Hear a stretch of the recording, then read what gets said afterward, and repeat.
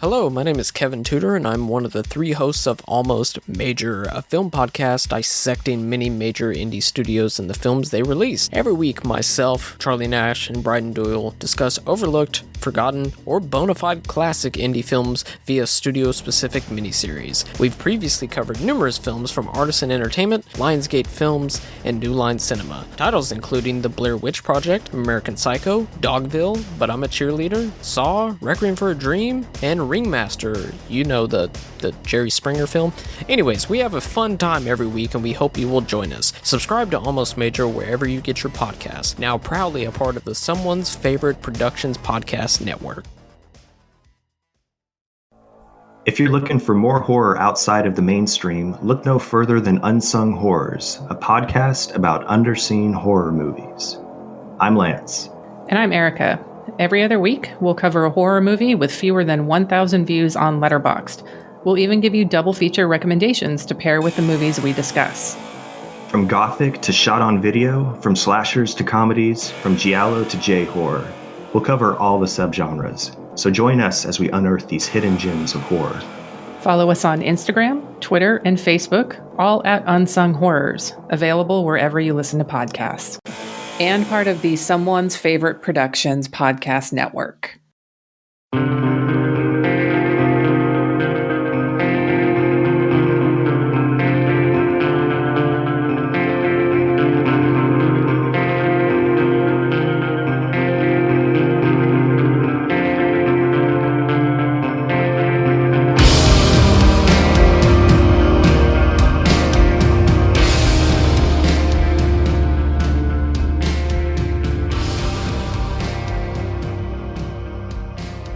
Hello, everyone, and welcome to the Kulturecast. I'm Chris Stachiw, and I am joined. So which of the Super Troopers are you? If you associate with one, Eric, who is the one that you are? I'm curious. That's a good question. Because I kind of have my answer. Of who you think that I am? Yeah. I think that it either be Mac or maybe Thorny. I'm going with Mac.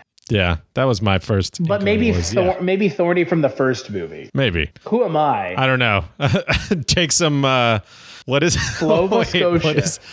Flova Scotia. Oh my God. Which one am I? Which one am I is the question. I mean, isn't it obvious? Farva. Oh, fuck you. I sure hope not. I don't know. Who do you think that you are? Maybe Foster?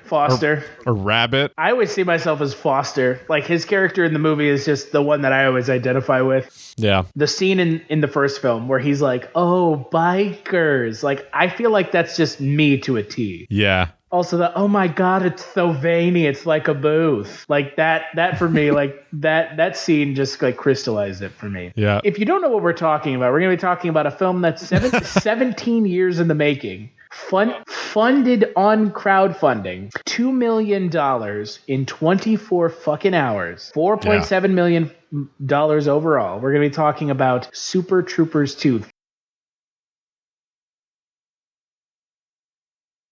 1, 2, 3, let's do it! They've been waiting for a second chance. Waiting for their country to need them again. That time is meow. What do you guys give me if I kill that bird? Farva, that's a bald eagle. Get away, Baldy! Yeah! Guys, what do I win? A one-way ticket to hell. It turns out the French-Canadian town Saint-Georges-du-Laurent is actually on American soil. You'll be phasing out a Canadian Mountie unit. Best behavior, boys. Not our idea of a good time either, fellas. Personally, I'd rather fuck a moose. You would need a ladder to do that. Wow. Let's give a big Canadian welcome to the Vermont Highway Patrol. Come on, guys. They've come up here to tell us how great it's going to be for all of us to become Americans. Repeat after me. I pledge allegiance to the flag of the United States of America. Learn the words! This is happening. Est-ce que vous savez à quelle vitesse vous allez? Do neither of you speak English? I do. We would like to eat your papers. Can you show me your party papers? This time everything will be by the book. everything. What the fuck are you guys doing? Hey, Tim Horton's ghost. What can I get for you guys? Cold beer? Liter of cola? What did you say? Do you want a liter of cola? Canada's pretty awesome. Boop, boop. Don't do that. Boop, boop, boop, boop.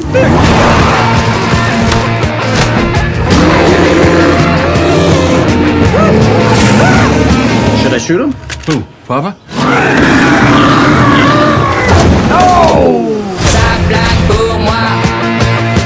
Frère Jacques Grépou pour maquis de sa tourette. Whoop, Feder Duster, Croissant, les misérables, Fert Catcher, Luke Robitaille, D'Artagnan, Perrier, Frentard, Canton, Pinot, Poster, Parfait. Eau de toilette. Eau de doudadin.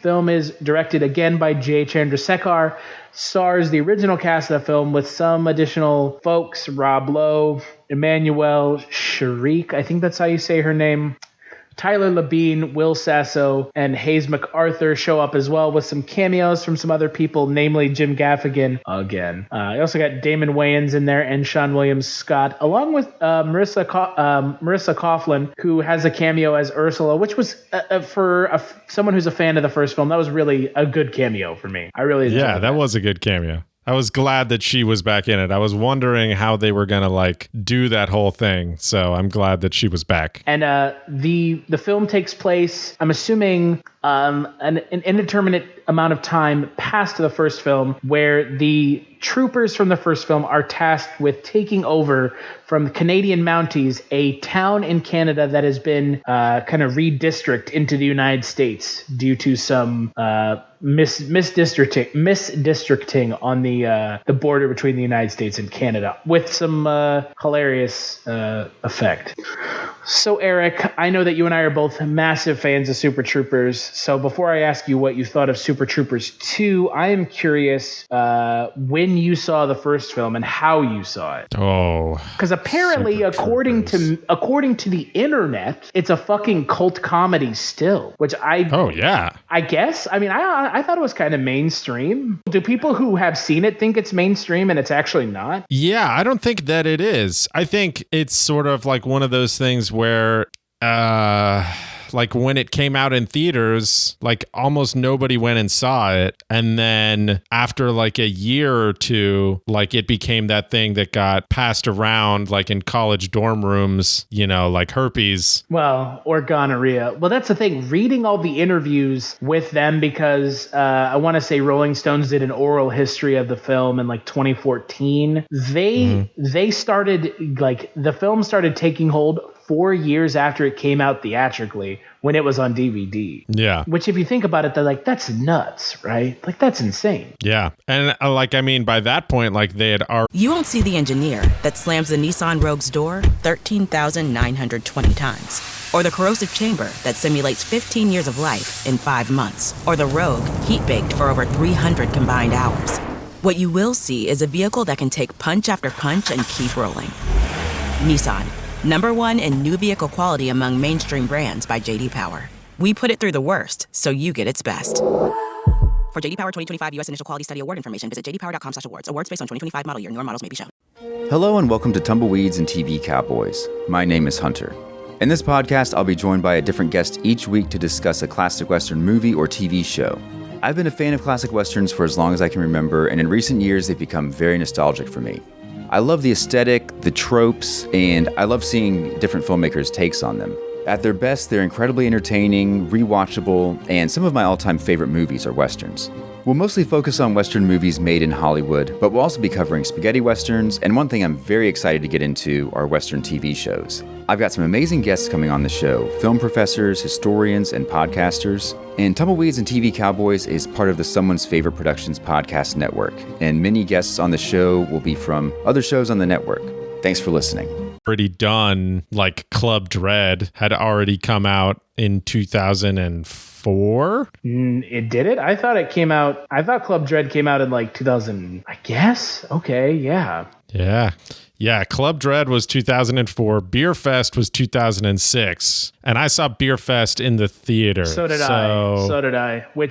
Beer Fest, well, we'll get to it. I'm curious kind of where Super Troopers ranks in the Broken Lizard films for you. Super Troopers was their quote-unquote first theatrical film, even though technically they had a film that came out in 1996. Yeah, definitely Super Troopers. I don't remember exactly when I saw it, but it was one of those things where I was hanging out at a buddy's house and they were like, yo, we got to watch this movie. Like, have you ever seen this? And I was like, what? No. And they're like, oh shit, we got to watch this. And it was like immediate, like top of my list of the funniest things I'd ever seen in my life, like quotable and memorable and just awesome. I'm kind of in the same camp. I think, actually, I know how I got Super Troopers. So there used to be a thing, and I forget what it was called, but you could swap DVDs with people. So it was really? So it was like a website where you signed up and it's like, say I had Total Recall and you had, I don't know, you wanted it. So I would send it to you and you would send me something back in return. And I forget what the name of the website is, but like it was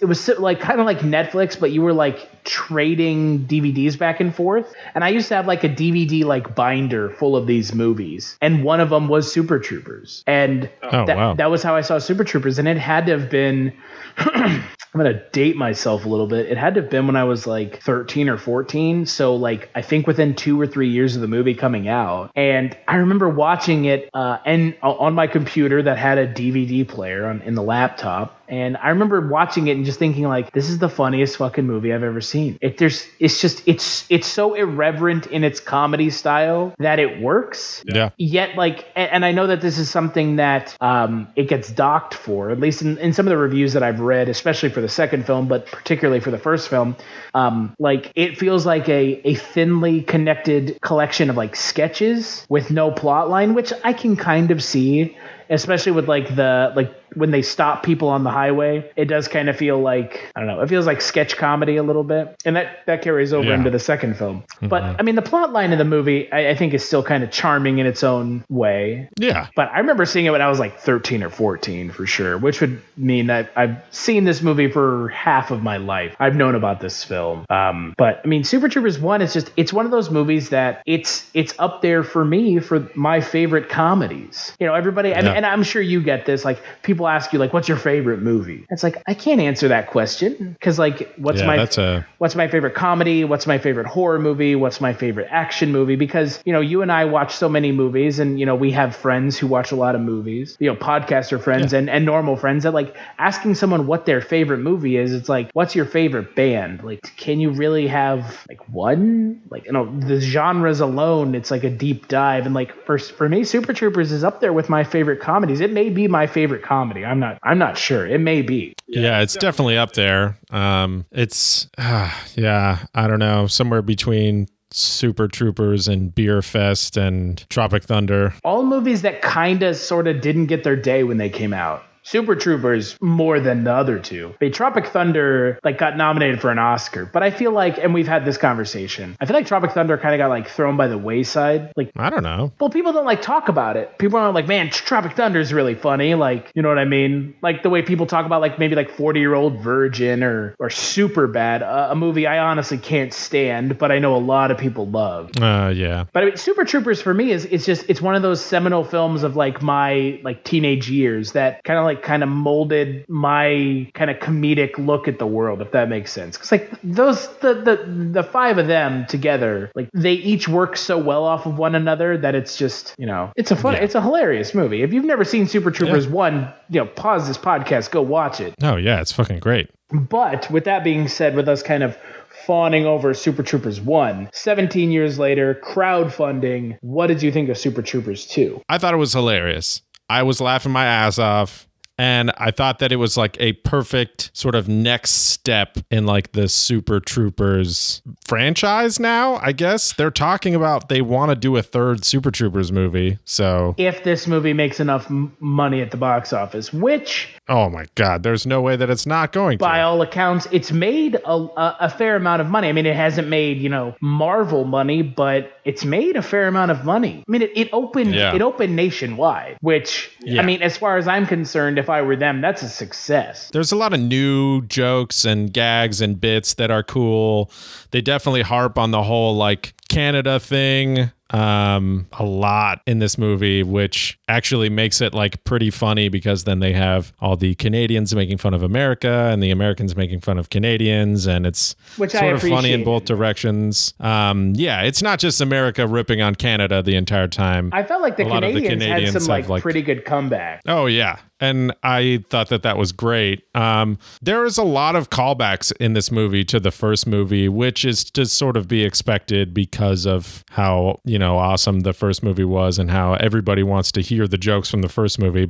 And that's like a sequel thing, right? Yeah. Like with Anchorman 2, where they had like the ramping up of the news anchor fight scene, where it was like triple what it was in the first film, and it didn't really work. Like, I don't give a shit about Sacha Baron Cohen and Will Smith. Like sometimes it's best to let sleeping dogs lie. Like, that joke worked great in the first movie. You don't have to like do it again, but 3 times the factor. And that was the thing I appreciate about this movie. The references to the first movie were kind of just like it was a reference to it, but not really. Yeah. Like the littering and like they reference that, but they don't directly reference it. They put like a spin on it, which I appreciated because, again, having seen Anchorman 2 or Dumb and... You won't see the engineer that slams the Nissan Rogue's door 13,920 times.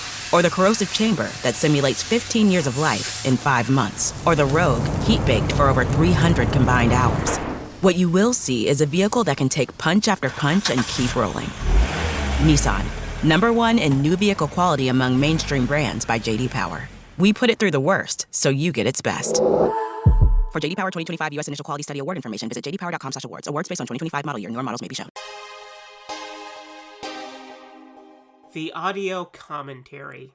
It's a dying art form, but here at One Track Mind, I, your wonky yet affable host Ryan Luis Rodriguez, analyze film through the prism of these embryonic forms of podcasting, one audio commentary at a time. Masterpieces, crapster pieces, live action, animation, cult classics, films literally no one has ever heard of.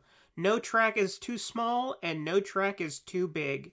Join me and my guests from the entertainment world as we keep these features alive every other Tuesday. Hey, who else is going to discuss Bill and Ted's Bogus Journey one week and Citizen Kane the next? Us. That's who. Sure, you have to put up with my voice, but there's a certain give and take in this industry. That's One Track Mind, part of the Someone's Favorite Productions family and available wherever you get your podcasts. Dumber 2. I forget what that movie's called because it's literally Dumb and Dumberer. It's an abortion of a film. It's bad. When you have those movies that just retread old ground and do the original joke to the nth degree, it's like I could just watch the first movie. Yeah. And I didn't walk away from this thinking that, if that makes sense. Yeah. No, I agree. But overall, you liked it. Oh, yeah. No, I thought it was great. But the real question is, do you think people who aren't fans of the first movie would enjoy it? I don't know. My question is, if you weren't a fan of the first movie, why the fuck are you even watching the second? Well, because this weekend, what are your options for film? Going and seeing I Feel Pretty. Go see I Feel Pretty, yeah. A movie that literally looks like the cinematic equivalent of a Suicide Note. Like Amy Schumer just like gives up the movie. Wow. I can't stand Amy Schumer, man. Come on. Can you? Yeah, well, neither can I, but I don't know. I just don't think she's funny, and I think this movie is just like the epitome of trying too hard. I mean, I haven't seen it, so I can't talk too much shit on it just because... I've seen the trailer. I've seen enough. Yeah. That's kind of how I felt about it too. But I don't know. I think Super Troopers is smart. And I think that's what made the first movie great was like the jokes. Yeah, there's a lot of like, it's like college aged humor. There's lots of like sort of, dick and fart jokes and there's a ton of dick and fart jokes. There's a ton of them. But it's also done in a way that's like smarter than your average like dick and fart joke movie. So I think these guys can really like write some stuff that's actually like worth watching. And I would actually love to see them do a third Super Troopers movie. Because I think it would only get better like at that point, you know, because then you're over the 17-year hump and you're just back into, you know, like, okay, now we don't have to do as many callbacks. Now we don't have to like, you know, go back. And what are you going to call back to the second film? Yeah, no. What you do is you just move along with the story and just go. Like, you know, not that the story is really anything, because the story is not, it's, I mean, I don't know. It's sort of there, but it's really just there so that there's a, you know, a vehicle to move the, you know, movie along. Like, it's really just kind of pushing you from one bit to the next bit. And that works with this film. Yeah. And there are some films that doesn't work. And there are some films that don't even need it. But I think, like I said, with, you know, like we've been saying, with Super Troopers, you kind of, like, the plot's secondary. Yeah. Because for me, the reason, and I loved this movie, and again, I'm a fan of the first movie, so that, you know, take my opinion with a grain of salt and a shot of penicillin. But if you like the first movie, you're probably going to like this movie. And that's kind of the thing that that's kind of the thing that I look at when we look at like comedy sequels that, you know, we talked about Anchorman. You know, the one that I always look at that's like, what were they fucking thinking? The Hangover 2. It's the same movie. Like, the same movie. Exactly the same. Yeah. And it's not great. And then they made a third one. Oh, yeah. And I didn't even see the third one because I saw the second one and I knew what I was getting myself into. Yeah. It's not worth checking out. But that's the thing with Super Troopers 2, and like you said, with Super Troopers 3 possibly happening, which, I mean, fingers crossed it does, is hopefully they kind of move on from where they have been with Super Troopers 2, which, again, they kind of had to do that with Super Troopers 2. I mean, this movie was in production for 17 years, which is insane. Almost, yeah. They had to kind of do some of the callbacks because of, you know, who the audience is. Yeah. The audience is looking for some of the callbacks from the first movie. Yeah. Like, at this point, you kind of have to, you know, even though I could have totally lived without any callbacks and I would have been fine. Right. It's also just... It was nice seeing Linda Carter as the governor again. It was it was nice seeing Marissa Coughlan as Ursula Foster's wife in this film. Yeah. But that's because I love those characters as well. That's the other reason. Yeah, exactly. But ultimately, at the end of the day, with a lot of the stuff I've been reading, a lot of the stuff that the people don't like about this film is the fact that it is so similar to the first film. Yeah. I mean, I don't know what you expected. I don't know what anybody expected. It was definitely always going to be similar to the first movie. I mean, it's the same guys doing essentially the same shit that they did in the first movie, just only very slightly different. So I don't know, but yeah, it felt more mature somehow, if that's possible. Yeah, I don't know. It's definitely, I don't know it. And this is something that we've never run into on the Kulturecast. How do you talk about a comedy? Like, oh, that one part was really funny. Like, be like, oh, that one gag that they did was super funny. Right. And there's a lot of stuff in this movie that's great. I mean, there are a lot of really good callbacks. There's a lot of really original new stuff, particularly a lot with Farva's character. I felt like Jay Chandrasekhar kind of got the short end of the stick in the film, if that makes sense. Yeah, he wasn't really in the movie a ton. Right. A lot of it was given to Rabbit and Farva. It's definitely a movie that I'm going to watch, you know, probably multiple times in the future, you know, especially when it's out on iTunes or streaming or whatever, you know, it'll be one of those movies that just like goes on, you know, in the background type of thing. Like, you know, and you don't need to pay attention to the whole movie. But then when that funny part comes up that you love, like, then you can pay attention for, you know, 5 minutes and laugh your ass off and then just go back to doing, you know, your fucking laundry or whatever. And that's the thing that works about this movie. That's for me, it's surprising. You know, we talked about Anchorman 2, a movie that I don't remember how long it was in between Anchormans. I feel like it was at least 5 years. Yeah, it was a while. It was a good long while. I don't even remember Anchorman 2, to be honest. Anchorman 2 is where he like goes blind at one point in the movie and he has like a shark arc that he's taking care of. Yeah,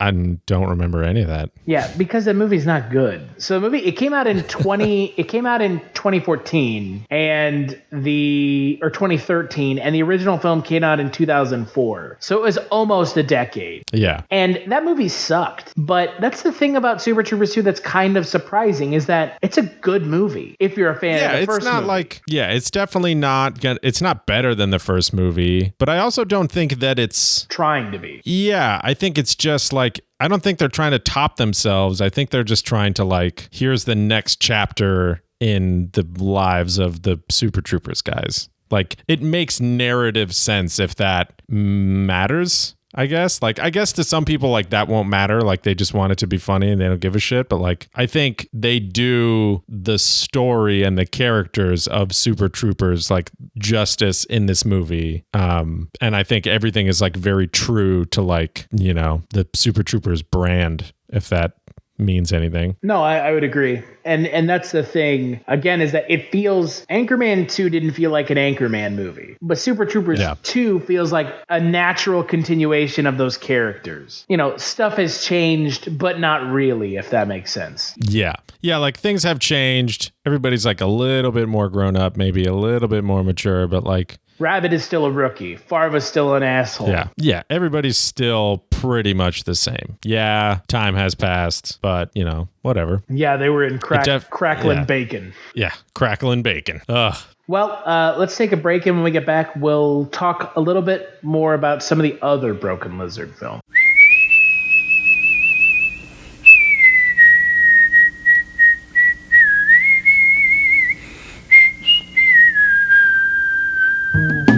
Who is Carl Kolchak? He's a reporter. Now that is news, Vincenzo. News! And we are a newspaper. We are supposed to print news, not suppress it. With the INS. What's an INS? Independent News Service, sir. Founded in 1904 by Enrico Paluzzi. Who seems to have a nose for the strange and unusual. Well, last year in Las Vegas, I uncovered a series of murders that turned out to have been committed by a vampire. And what is the Kolchak Tapes? It's a podcast. All about Carl Kolchak. What's a Kolchak? The Night Stalker. And where can you get it? On iTunes, Stitcher Radio, and at www.kolchaktapes.com. As foolish a game as any that Gory the Ghoul could make up.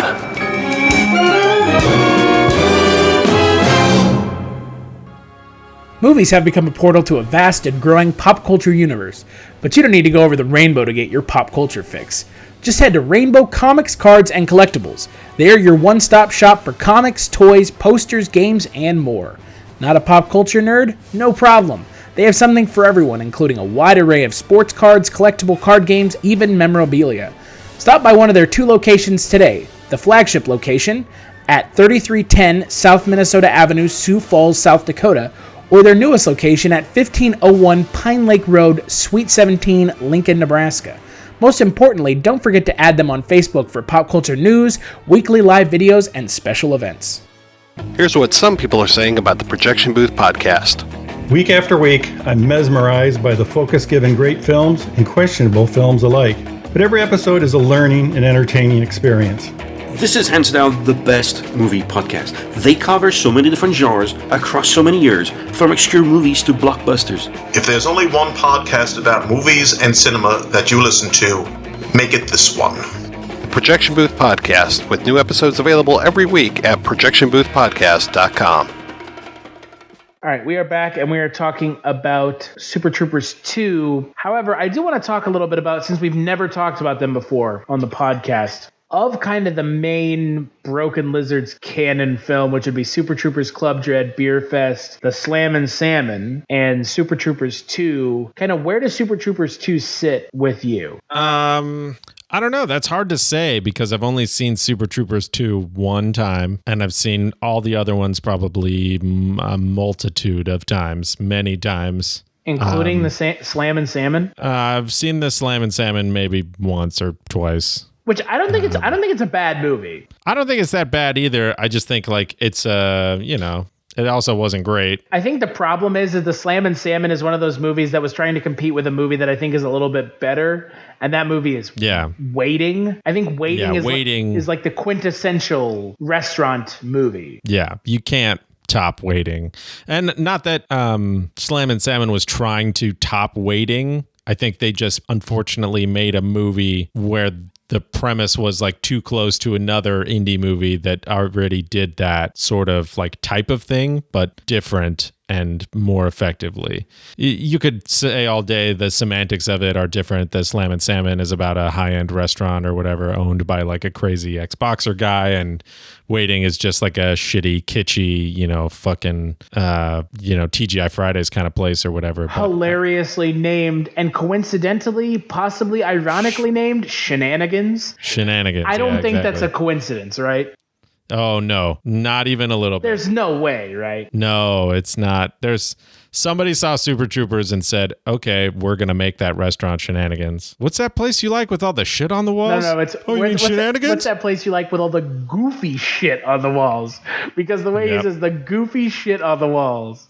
Oh my God. But that's the thing. Yeah. Like you said, like Slam and Salmon is just, it unintentionally competes with a movie that is superior. I don't know. I'd have to say that like my favorite, I think by far, is Beer Fest. And then Super Troopers after that. And I also love Club Dread. Club Dread, I mean, like me being a horror fan, Club Dread is like a really smart spoof on like a horror movie while being really funny. And what kind of standing on its own as a horror movie. Yeah. Also like being an effective horror movie. I mean, it's not scary at all, but it's like, it does things effectively that a lot of horror movies don't do effectively. And this movie is like making fun of horror movies, which is great. And it also has probably the best character in any of the Broken Lizard films, Coconut Pete, played by Bill Paxton. Who was obviously, if you've seen the film, was obviously inspired by Jimmy Buffett, who, get this, they screened the film for Jimmy Buffett, and he liked it so much, he wanted to sing Coconut Pete's song. You won't see the engineer that slams the Nissan Rogue's door 13,920 times. Or the corrosive chamber that simulates 15 years of life in 5 months. Or the Rogue heat-baked for over 300 combined hours. What you will see is a vehicle that can take punch after punch and keep rolling. Nissan, #1 in new vehicle quality among mainstream brands by J.D. Power. We put it through the worst, so you get its best. For J.D. Power 2025 U.S. Initial Quality Study Award information, visit jdpower.com/awards. Awards based on 2025 model year. Newer models may be shown. Hello, filthy movie lovers. My name is Gentry Austin. And I'm Casey Scott. And we're the hosts of the Sin Syndicate, film podcast for something weirdos, anti-criterion bros, and Joseph Sarno aficionados. Join us semi-weekly as we peer into the adults-only theaters and sticky-floored cinemas of the golden age of sexploitation, when the morals were loose, the laws were murky, and the intercourse was all simulated. Find us now on the Someone's Favorite Productions podcast network.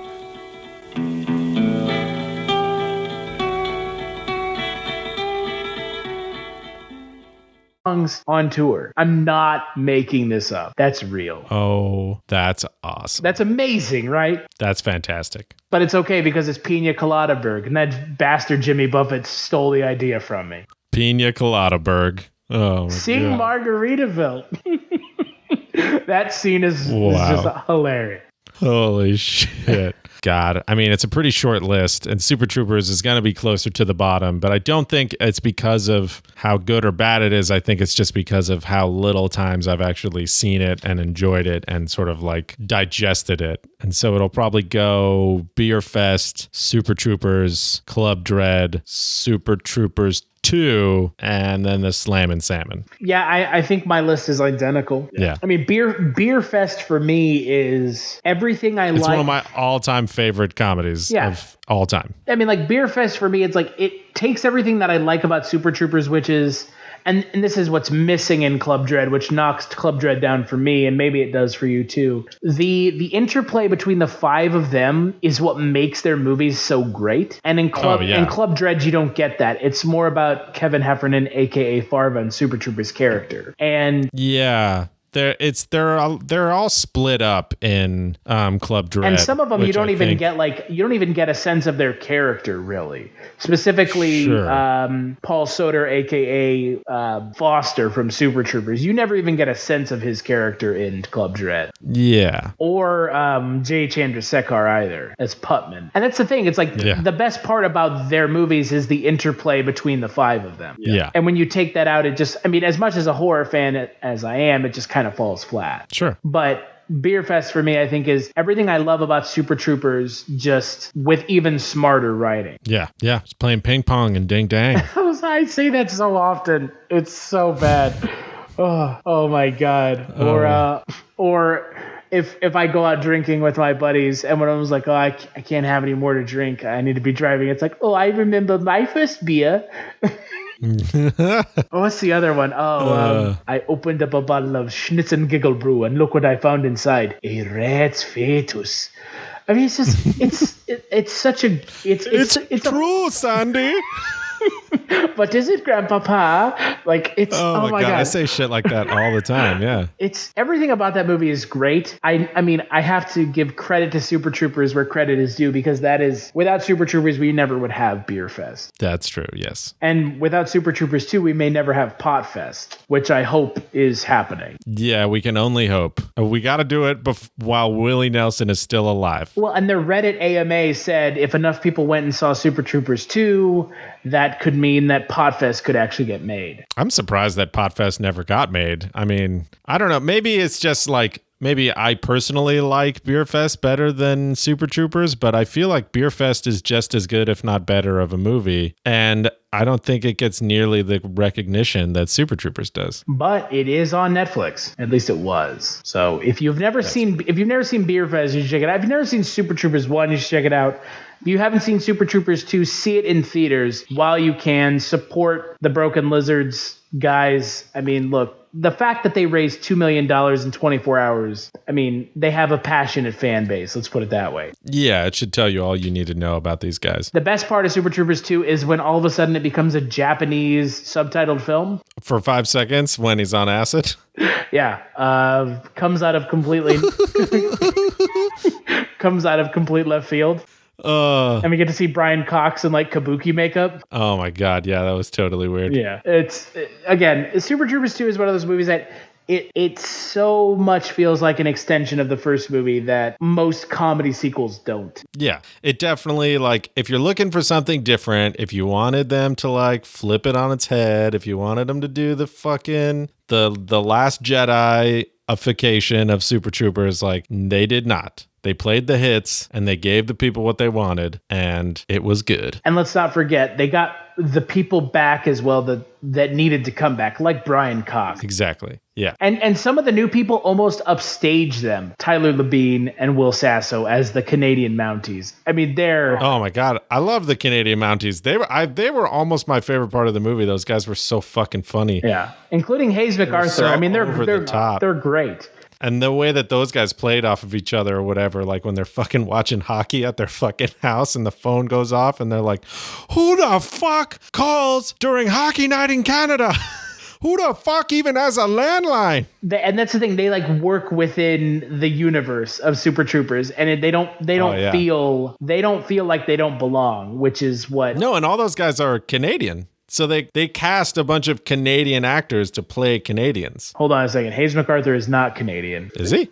Will Sasso is Canadian. And I know Tyler Labine is Canadian. Tyler Labine, who looks nothing like he used to. He is so skinny now. I know, right? From when I used to watch him on Reaper. Oh, wow. Reaper way back. Right. Like, he looks nothing like he did on Reaper. Yeah. Well, I mean, it's been a while since Reaper. It's probably been like 12 years. Yeah. Yeah, I hadn't seen him in anything, so I was like, what the fuck? But yeah, the only one I've seen him in some stuff, but it's been a while. Yeah. The only one who's technically not Canadian is Hayes MacArthur. But yes, the other two are Canadian. But they're doing like a very like fake Canadian thing, like a very like stereotype. They're doing over the top, like French Canadian hockey player, like out of control accents. And it's awesome. It works. It works great. Yeah, it really does. So what would you give the film out of 5? I'm going to give it a solid 3.5 out of 5. I think this movie's great. It's hilarious. I mean, will it stand up the test of time like, the first one did? Like, only time will tell. And I think that's probably the only reason why my score isn't higher, is just because this is one of those movies that, I don't know, it didn't exactly spark me as hard as the original movie did, but it's it's like, I don't know, it's like the first time you watch Indiana Jones, like when you watch that shit, like the next time you watch it, you know what to expect. And so like it's not quite as, memorable or powerful the second time around. And this movie is sort of the same type of thing. Yeah, I agree with you. I would give it like a 3.5. It's, again, if I were scoring the original Super Troopers, I would give it like a 4.5. So it's like a step down. But again, for me, this movie is actually good, which is the biggest surprise here, is that this movie gets made 17 years later and it doesn't fucking blow chunks like Anchorman did. I mean, Anchorman 2 is such a bad fucking movie that you don't even remember it. Yeah. Or Hangover 2, a movie that came out like 2 years after the first one or something. And it was like, oh, this is the same movie. Cool. Literally the same movie. Yeah. Someone gets lost in a town. We have to go find them. Hijinks ensue. Like, man, Todd Phillips and that creative team really stretching their fucking muscles. So. Yeah. And that's the thing. Like, if you read stuff about the Broken Lizards guys, like they all write together in the same room, the script for the movie. Yeah. Which, like, it makes sense when you think about like the comedy style of these 5 guys. It's like it's a collaborative thing, which comes through when you watch the movie. Yeah, and it's good and bad. It's the type of thing where it's like they all have to think that it's funny, otherwise it doesn't make it. Right. So, and that allows the film to be a tad disjointed narratively. Yeah, sure. I mean, but it's definitely, it's not as disjointed as like a fucking episode of Family Guy or something like that, where it's like literally the jokes don't make sense in context of anything. Right. What do you think the film has on Rotten Tomatoes? Oh, I'm sure it's bad. I'm sure it's like in the 30s. 35%. Now, I'm going to read this verbatim. Now, I'm not making this up. God. Okay. Meow that the wait for Super Troopers 2 is finally over. All but the most devoted fans mustache themselves while they waited so long for such cruel and tragic shenanigans. Wow. Hey, Rotten Tomatoes, turn that review sideways and stick it up your candy ass. Whoever the smug piece of shit who wrote that needs to be fired immediately. Like, what the fuck? What an asshat. Beyond smug. Oh my God. They're just too fucking pretentious for their own goddamn panties. I can't check out for an hour and a half and enjoy a movie. I mean, ultimately, it's a review aggregator website, but still. But still, like, you don't have to be a real prick about it. Some snide asshole was like, all right, great. Like, I'm not the only one who thought this movie sucked. Like, fuck Super Troopers 2. Like, and let's throw in some references, because fuck those fans of the movie. Yeah, whatever. Fuck you, Toolbag, whoever wrote that. Well, let's take a final break, and we'll play a preview for the next Kulturecast. Jimmy George! $3,000 on Tyler. This was a little sticky. 2,900. I don't want this one. Why? There's blood all over it. Well, aren't you delicate? Tyler! Woo! Neptune high, right? Check it out right here! Go Sea Devils! You and me, Tyler! Yeah! Go Tyler! Go Tyler! Go Tyler! Go! Go Tyler! Go Tyler! Go Tyler! Wow! Lincoln Tyler! Lincoln Tyler! Lincoln! Ow! My lucky number 7. Gee, that's a new one, mister. You are sunshine on a stormy day. You should work in the casino. Oh, I'm gonna. I wanna. This is just sort of, temporary. Let me make a few phone calls. Would you? Yeah. Do you know how to deal blackjack? No. All right. Call me. I'm Rick. This goes straight to my special phone line. Bye, mister. Bye. Hello? Oh, yeah. No, hi, babe. No, I just had something stuck in my throat. Well, tell him to go to sleep. I'll talk to him in the morning. No, I can't. That's why. All right, tell him I love him and I'll... No, Angela, don't... Hi, Mikey. I know. No, I didn't forget. I haven't seen him yet, but as soon as I do, I'll ask him, all right? All right, I love you too. No, don't put Mommy... Hi. I don't know, late. Later than that. Yeah, sure, if they're open. With extra cheese? I don't care. I'm not going to eat it. Pepperoni, sausage, Canadian bacon. Listen, why don't you just get the deluxe and save time, all right? Look, I got business. Call me back in 5. There he is! You got a test, sir? It's all right. He's with me. There's the man whose life I want! You're late.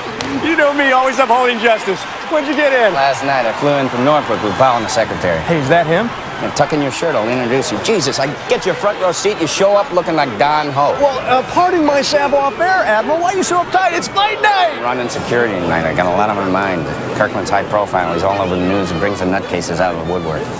He's a real publicity hound. Look at this. The Olympic Games, and now the distinguished Secretary of Defense of the United States of America, Mr. Charles Kirkland. That's right. On the next Kulturecast, we're going to be talking about the final film for Brian De Palma month. That movie is Snake Eyes. It stars Nicolas Cage, and it also features a 13-minute tracking shot, which is as insane as it sounds. However, until then, Eric, since it's been so long since we talked to you, what have you been up to? Quite a bit. Dealing with life stuff, which is never fun. Westworld has now started again, so I watched the first episode of the new season. Do you watch that show? Have we talked about this? I don't. Okay, I am only going to say this one time. You're fucking up. Go watch it. I watched the first episode. I have seen all of the the episodes. It's one of those shows that I don't want to get drawn into the hype like I did with Game of Thrones. Fuck Game of Thrones. Westworld is amazing. I got drawn into the hype with Game of Thrones, and I regret it because the most recent season of Game of Thrones is so fucking bad. Okay, there are 2 television shows that are a must-watch on my list of TV shows, and it is the first season of True Detective and the first season of Westworld. Fair enough. Go watch it. That first season of True Detective, though. Oh, yeah. I just rewatched it like, I don't know, a week or 2 ago, and goddamn. It's amazing. It's fantastic. So, yeah, Westworld started up again, and I'm super pumped because I'm into that shit. And I started to watch Lost in Space on Netflix, and it's bad. You won't see the engineer that slams the Nissan Rogue's door 13,920 times. Or the corrosive chamber that simulates 15 years of life in 5 months. Or the Rogue heat-baked for over 300 combined hours. What you will see is a vehicle that can take punch after punch and keep rolling.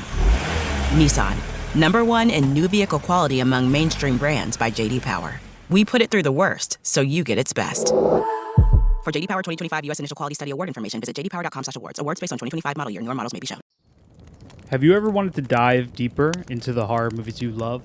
Beyond the Blood is a horror podcast for fans who want more than just surface-level screams. We do deep dives into the movies that shaped us, digging into director commentaries, behind-the-scenes stories, deleted scenes, and the special features that most people skip. Each episode is a love letter to the genre. We break down how these films were made, the creative risks that paid off or didn't, and the lasting impact they've had on the genre as a whole. From 70s slashers to modern nightmares, we celebrate the craft, chaos, and characters that keep us coming back. If you're the kind of fan who rewatches movies with the commentary on, or you simply grew up in the video store horror aisle, the Beyond the Blood podcast was made for you. New episodes every single week. Subscribe, and let's dig deep. Welcome to the Beyond the Blood podcast. I've heard it gets better. I'm like 4 or 5 episodes in, and there's a lot of episodes. I think it's like 12 or 13. So I don't know. I guess we'll see. It's definitely different because like before it was just the Robinson family, and now it's like, spoiler alert, it doesn't really matter. It's them and then like a bunch of other people that have all like sort of gotten lost in space or whatever. The premise is still sort of interesting. Just some of the acting like really bothers me. So I don't know. We'll see. It's got that guy who plays the villain in Die Another Day in it as the father of the Robinson family, right? Yeah. Isn't he like British or something? I mean, yeah, I would hope so. I feel like his American accent is not that great. Does he have an American accent in the show? Yeah. Oh, dearie. Oh, dearie. And he's like a military guy. So he's like got that like sort of manly, like curt, like I'm the dad, like, you know, like I wasn't there for my kids because I was constantly on assignment, and my wife is always pissed at me and kind of hates me, and I only did this to save my marriage so that I could see my kids, like type of situation. And there's an alien named Glorp? No. What a bummer. The yellow monkey is not in the show. Disappointed. Yeah. So it's not good, huh? I don't know. So far, it's pretty just kind of, I don't know. It has a very like sci-fi channel feel to it, if that makes any sense. No, it makes sense. Not that like everything from the sci-fi channel is bad. But everything from the sci-fi channel except for Channel Zero is bad. Yeah. So I don't know. It's Channel Zero is the exception to the rule. Yeah. It's the exception that proves the rule. It's they put all their efforts into making this one thing great, and then the rest of it is just like kind of campy, half-assed, like Megalodon versus Mechalazord, and it's like, oh dear. All right, it's not that bad. Featuring Coolio and Eliza Dushku. Okay, great. Ugh. Frankenfish featuring Coolio, a Sci-Fi Channel original film. All right. Well, what have you been doing? It was your birthday yesterday. It's true. It was. Nothing. I'm on vacation technically, so God. And you're still talking to me. Wow. I wasn't even supposed to be here today. I'm gonna go.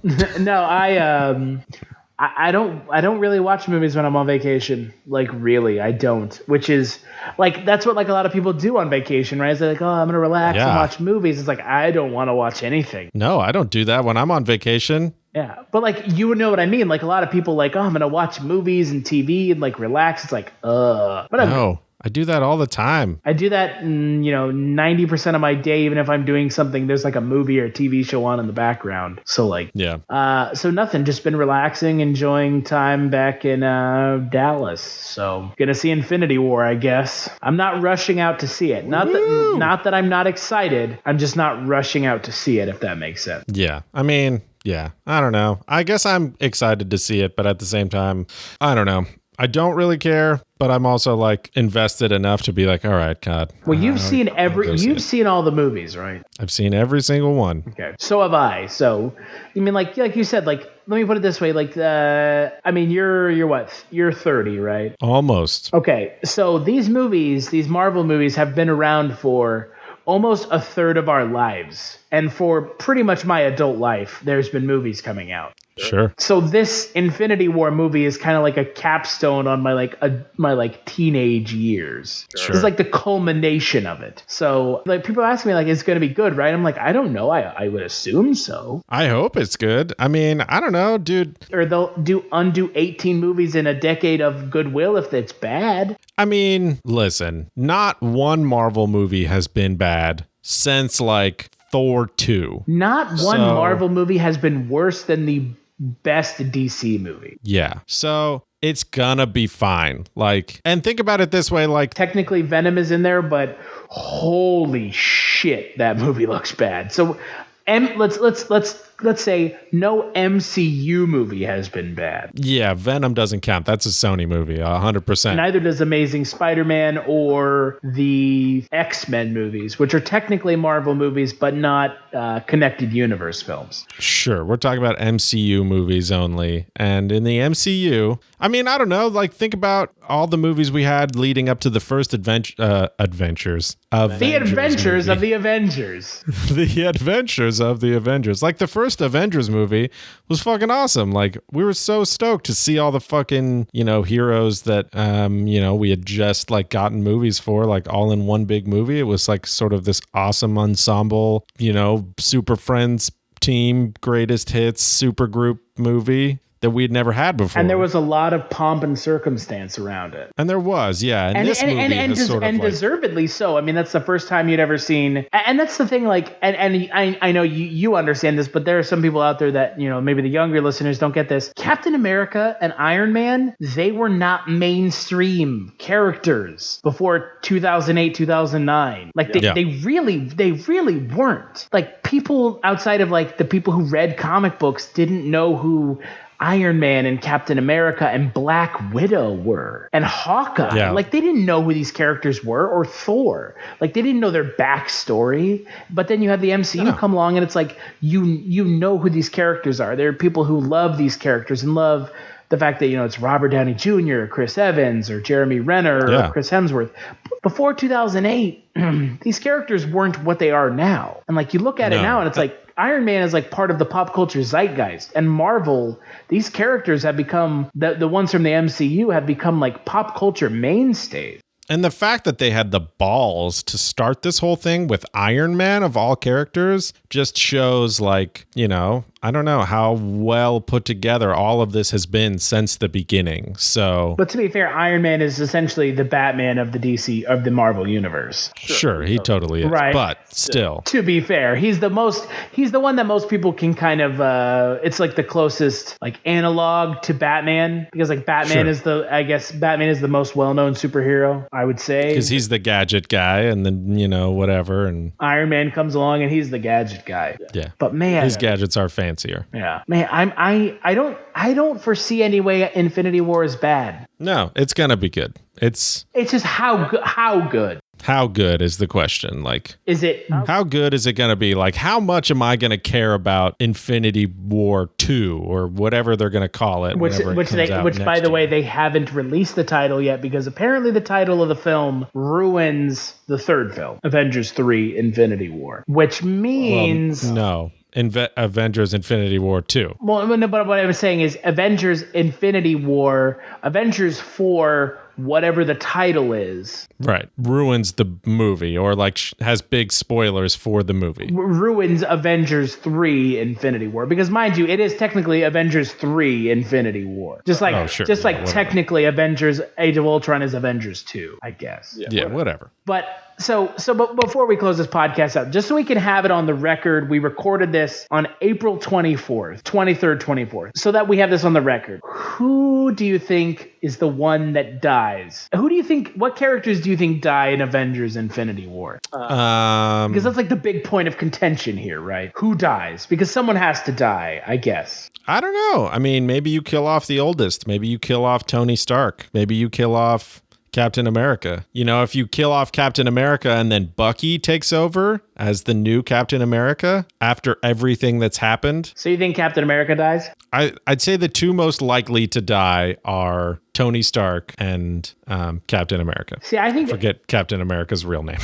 Steve Rogers. That's what it is. See, here's the thing. I think it's either one or the other, but not both. So I think it's going to be Paul Simon. I mean, Steven Spielberg. I mean, Roger Hammerstein. Roger Rabbit. I don't know. It's either Captain America or Iron Man. I don't know. Pick one. Just pick one. Iron Man. I think Iron Man dies, and I think Steve Rogers just goes away hands off the mantle. He's like, I'm done saving this world. I need to go find myself in the universe. I think Loki dies. I think that's pretty much a given. I think Loki dies. Good. I'm sick of Loki. He should have died in the fucking first Thor movie. Okay, hold on. He was great in Thor Ragnarok. Yeah, but I'm like, in the first Thor movie, Loki was like a bad dude, and now he's just comedic relief. Well, he was a bad dude in Avengers too. Yeah, he was a bad dude in the first Thor movie. He was a bad dude in Avengers, and like now he's just like he's funny, Thor's kitschy brother. side character. And he's living on borrowed time, right? Yeah, he should have died a long time ago. Theoretically, he should have died in the Avengers. Well, maybe Thor Ragnarok, like sacrificing himself. Something. Yeah. Give that movie a little bit of an emotional weight, because it kind of lacked it. I mean, it was a great movie. It did. But it lacked an emotional weight. It's a fun movie. Yeah. I think Loki dies, and I think, between Captain America and Iron Man, I know that they keep saying that they're not going to use the time stone to like alter time. Of course they are. But right, like I feel like Spider-Man's going to die, and like they're going to go back and like alter time to stop that from happening. But I think who perma dies. Right, but that's the thing. But I think in doing that, they have to alter it so like someone has to step into Spider-Man's place to die. Does that make sense? Sure. Yeah. Who perma dies? I think Iron Man is the one who like saves Peter Parker from dying so that he dies instead. Oh, okay. So you're gonna say, but that makes total sense with the story that Spider-Man: Homecoming was telling. Yeah. So I think that Spider-Man dies in Infinity War, and then I think either maybe in that movie or in the second film or the fourth film, Iron Man dies, or maybe it's the same movie. I don't know. Who knows? Or maybe they all fucking die. I don't know. God, I hope everybody And you know does. what the great thing about this is for the first time in the history of Marvel movies, we don't know how this movie's going to go. You know who I hope dies? Ant-Man. Fuck Ant-Man. Fuck you. Ant-Man can't die because Ant-Man and the Wasp takes place after Infinity War. Oh, it does? Yeah, I believe so. Oh, it's bad Which timing. is why it comes out after Infinity War this summer. Because I'm assuming it's going to reference what happened in Infinity War and in some form or fashion, if that makes sense. Also explains why Ant-Man is not in Infinity War, because I think they're taking place concurrently, if that makes sense. So that's why he's not in Infinity War, is because he's dealing with all this other Ant-Man stuff. Dude, Ant-Man's great. I don't give a shit what you think. I hate Ant-Man. Yeah, well, that's what I think. You and everybody else who also hates Doctor Strange, so. I don't hate Doctor Strange. I hate Benedict Cumberbatch's fucking shitty American accent. But well, yeah, his American accent is trash. Yeah, it's real bad. But as always, you can follow me on Twitter at Kulturestash. You can follow Eric on Twitter at TychoMagnetics. You can follow the website on Twitter at CultureShocked. Head on over to the website, cultureshocked.com, where you can find out more about today's episode. You'll find links over to iTunes where you can